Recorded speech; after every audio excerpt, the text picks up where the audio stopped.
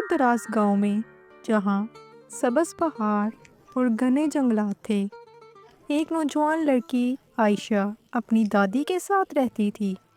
عائشہ کو پرانی کہانیوں اور قصوں کا بہت شوق تھا اور اس کی دادی اکثر اسے جادوئی کہانیاں سنایا کرتی تھیں۔ ایک دن دادی نے عائشہ کو ایک قدیم جادوئی سنہری بستر کے بارے میں بتایا جو کسی زمانے میں ان کے خاندان کی ملکیت تھا۔ کہا جاتا تھا کہ جو بھی اس بستر پر سوتا وہ جادوئی دنیا میں داخل ہو جاتا، لیکن ایک دن وہ بستر اچانک غائب ہو گیا اور اس کے ساتھ ہی خاندان کی خوشیاں بھی مانند پڑ گئیں۔ عائشہ نے اس کہانی کو سن کر اس بستر کو ڈھونڈنے کا عزم کیا۔ اس نے گاؤں کے بزرگوں سے معلومات حاصل کی اور جنگل کی گہری وادیوں میں اس کی تلاش شروع کی۔ کئی دنوں کی تلاش کے بعد ایک پرانی غار میں اسے سنہری بستر ملا۔ عائشہ نے ہمت جمع کی اور بستر پر لیٹ گئی۔ اچانک اس نے خود کو ایک جادوئی دنیا میں پایا جہاں ہر چیز سنہری تھی۔ وہاں کے باشندے اس کا استقبال کرتے ہوئے اسے اپنی ملکہ قرار دینے لگے۔ عائشہ کو یہ سب ایک خواب سا لگا، لیکن وہ خوش تھی۔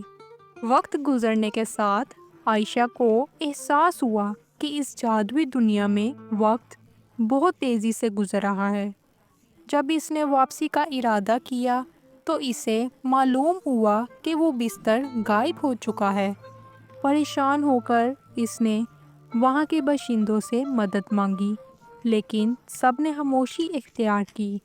آخر کار ایک بوڑھے شخص نے اسے بتایا کہ یہ دنیا دراصل اس کے اپنے خوابوں کی پیداوار ہے اور جب تک وہ خود کو معاف نہیں کرے گی اور اپنی حقیقت کا سامنا نہیں کرے گی وہ یہاں سے واپس نہیں جا سکتی۔ عائشہ نے اپنی زندگی کی غلطیوں اور کمزوریوں کو قبول کیا اور خود کو معاف کیا۔ اچانک اس کی آنکھ کھلی اور وہ اپنے گاؤں میں دادی کے گھر کے قریب ایک درخت کے نیچے لیٹی ہوئی تھی۔ اس نے سوچا کہ شاید یہ سب ایک خواب تھا، لیکن اس کے ہاتھ میں سنہری بستر کا ایک چھوٹا سا ٹکڑا تھا جو اس کی جادوئی مہم جوئی کی حقیقت کا ثبوت تھا۔ عائشہ نے سیکھا کہ حقیقی جادو ہماری اپنی ذات میں پوشیدہ ہے اور خود کو قبول کرنا ہی سب سے بڑی مہم جوئی ہے۔